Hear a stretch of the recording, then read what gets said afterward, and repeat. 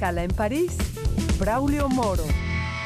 Bienvenidos a Escala en París, una emisión de Radio Francia Internacional y France 24 en español.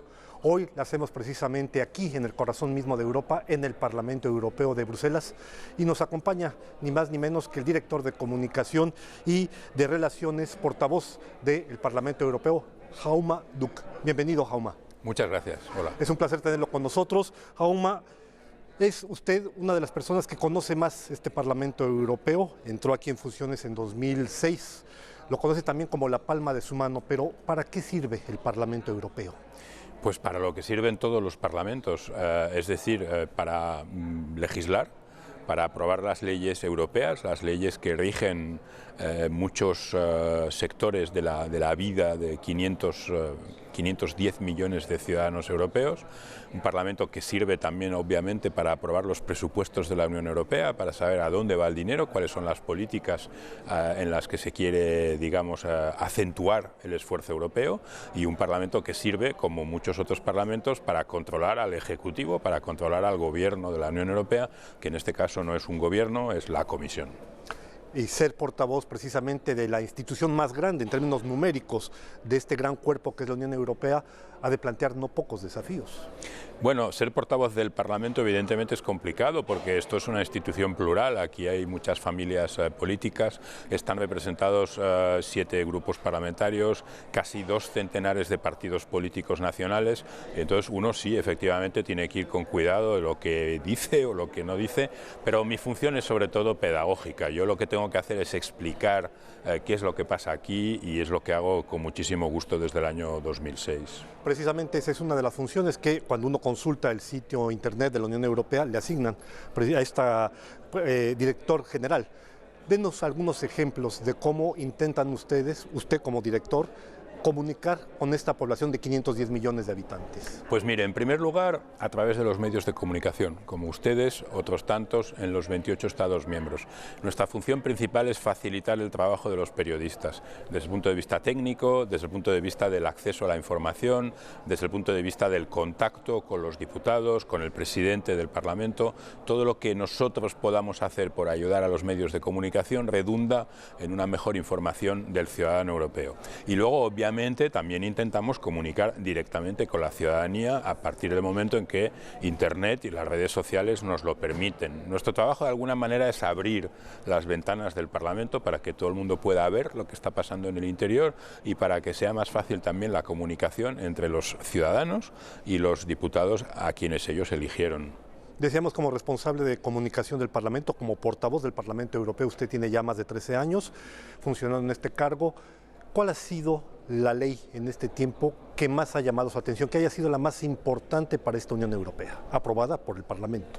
Ha habido muchas, pero quizá una de ellas, la más reciente, hace muy poquitas semanas, es la ley europea que rige la propiedad intelectual, que es una ley que ha pasado por un proceso de discusión muy importante y en el que ha habido muchísima presión social, presión de los internautas que tenían miedo de que se recortasen sus derechos en Internet, presión de las plataformas, las grandes plataformas de Internet, los medios sociales, que obviamente también tienen muchos intereses en este tema, y en medio, pues las empresas, los actores, los medios de comunicación, los creativos, que lo que querían era que se defendiera su producción, su derecho a tener una retribución pues por las cosas que hacen y a no ver sus obras circular por Internet sin ningún tipo de compensación. Y eso ha sido un encaje de bolillos entre diferentes intereses y entre diferentes culturas políticas y entre países que no siempre ven las cosas de la misma manera. Jaume, justamente se van a cumplir 40 años de las primeras elecciones europeas. Ahora, este mes de mayo, habrá nuevas elecciones para el periodo 19-24. En este sentido, ¿qué es lo que a su parecer explica esta especie de desamor que hay de una parte de la sociedad europea? Es un desamor que ya no lo es tanto. Es decir, es verdad que la Unión Europea ha atravesado una crisis bastante larga, más de 5 años, a partir del 2008-2009, cuando fuimos contaminados por la crisis monetaria que vino de Estados Unidos y que aquí se transformó también en una crisis económica y en parte en una cierta crisis existencial, vamos a llamarle así. Pero desde el año 2014 las cifras nos dicen cosas diferentes, nos dicen que la Unión Europea lleva ya 5 años prácticamente de crecimiento económico permanente, hemos reducido muchísimo la tasa de desempleo, la tenemos ya al nivel que teníamos en el año 2000 y lo más importante, hay un 68% de los europeos que en este momento nos dicen que están contentos, que creen que es beneficioso que su país pertenezca a la Unión Europea y ese porcentaje tan alto no lo habíamos tenido nunca. Y se explica por muchas cosas, pero lo voy a decir dos. Una, el final de la crisis económica y dos, el Brexit, ver lo que está pasando en el Reino Unido. Ya a este propósito hablemos de Brexit. ¿Qué cara traen ahora los eurodiputados británicos que usted entrecruza en su camino? ¿Viven más o menos al ritmo de los votos del Parlamento en Londres? ¿Están más contentos? ¿Cómo nota usted el ambiente entre los eurodiputados británicos? Bueno, viven al día, porque obviamente no saben lo que va a pasar la semana próxima, ni la que viene, ni en 6 meses. No lo saben ellos, no lo saben sus colegas del Parlamento británico o del Gobierno británico y, por supuesto, no lo sabemos los demás. En teoría, ya deberían haberse ido, porque el 29 de marzo era el día del Brexit y, por lo tanto, era el día en que los diputados británicos abandonaban el Parlamento Europeo.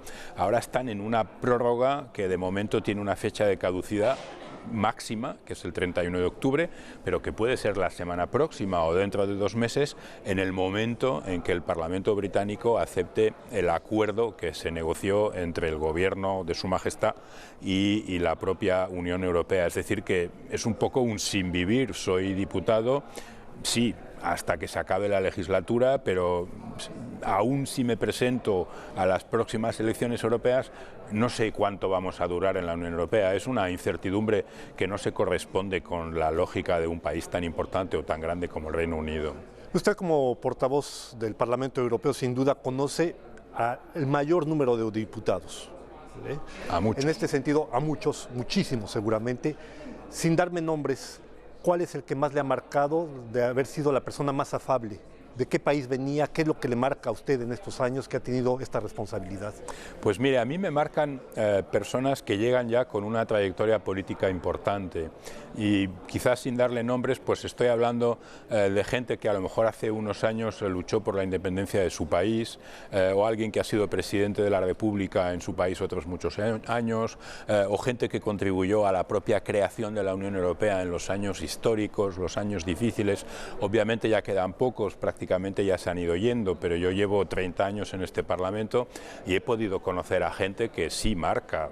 Un ejemplo que por supuesto puedo citar, Simone Veil. Simone Veil fue la primera presidenta del Parlamento Europeo elegida. Una de las únicas 2 mujeres que han sido presidentas del Parlamento Europeo. Y además, como sabe usted, una superviviente del Holocausto y una persona que marcó mucho la política francesa durante unos años y después también la política europea.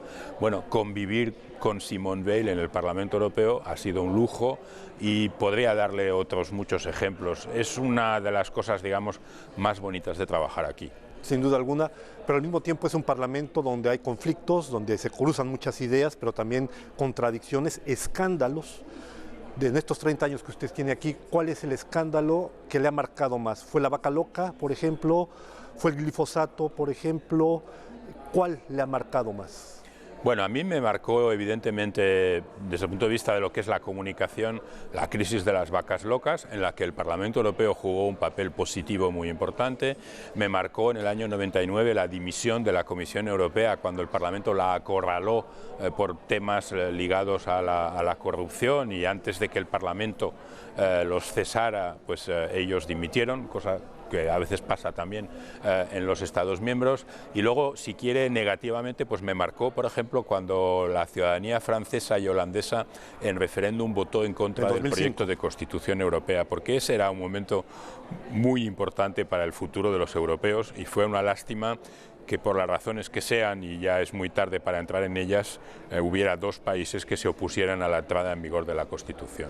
Ahora bien, ¿Cuál es, de las medidas que se han adoptado en los últimos años, la que usted piensa ha influido más en la cohesión de la propia Unión Europea? Bueno, lo que más influye en la cohesión primero son los tratados de la Unión Europea, porque colocan a todos los países en igualdad de condiciones, sea Francia, sea Luxemburgo, Grecia, Suecia o España.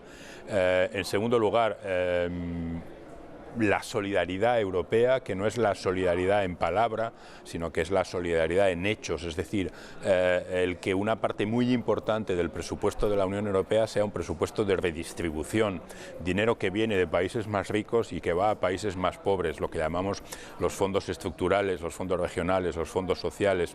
Eso es lo que ha permitido, por ejemplo, que en este momento España no se parezca en nada a la España de hace 30 años cuando entró en la Unión Europea. Es un país que ha dado un salto de gigante. ¿Por qué? Por muchas razones, entre ellas obviamente el propio trabajo de los españoles, pero también el hecho de que, siendo parte de la Unión Europea, pues pudo beneficiarse de esa solidaridad económica, de esa solidaridad financiera que le permitió pegar ese empujón. Y eso es, yo creo que la solidaridad es la palabra clave de toda la construcción de la Unión Europea. Una solidaridad y una historia que viene de larga época. Hay una cosa que llama la atención visto desde fuera de este Parlamento, estas instituciones tan maravillosas y tan contradictorias que es la Unión Europea y sus componentes, el peso que juegan los llamados grupos de presión, los lobbies. Seguramente, y usted lo sabe bien, aquí tienen un gran peso. ¿Qué tan cierto es esto? ¿Qué tanto influyen en los distintos grupos parlamentarios? Los lobbies no son malos o buenos, los lobbies son necesarios siempre y cuando los lobbies hagan su trabajo de manera transparente. Es decir, el lobby malo es el lobby que se esconde y ese es el lobby que de alguna manera hay que evitar que pulule en torno a las instituciones europeas. Y por eso el Parlamento Europeo y la Comisión Europea se han dotado de códigos de relación entre los diputados y los lobbies. Un lobby pueden ser muchas cosas. Un lobby es la Federación de Agricultores, un lobby es Cáritas o la Iglesia Católica, un lobby es la Federación de Asociaciones de Vecinos. Hay lobbies de muchos tipos y todos tienen un interés porque todos pueden ayudar al diputado a entender la realidad y a saber cuáles pueden ser las consecuencias de aprobar una ley que diga una cosa o que diga la otra. Es una especie de, digamos, de checking social importante, pero hay que hacerlo, como decimos en España, con luz y taquígrafos. Hay que hacerlo a la luz del día. Una última pregunta con una respuesta muy breve.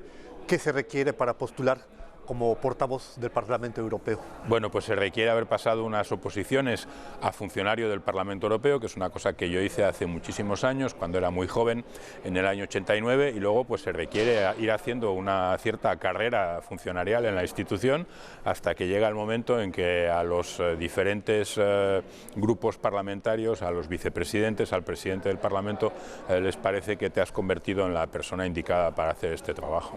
Pues estamos llegando ya al final de esta escala en París, excepcionalmente hecha aquí en el Parlamento Europeo. No nos queda sino agradecer a Jaume Duch, director general de comunicación y portavoz del Parlamento Europeo, su presencia aquí. Muchísimas gracias. A ustedes y hasta la próxima, hasta cuando quieran. Y a ustedes les damos una nueva cita aquí en Escala en París la próxima semana, excepcionalmente hoy en el Parlamento Europeo de Bruselas.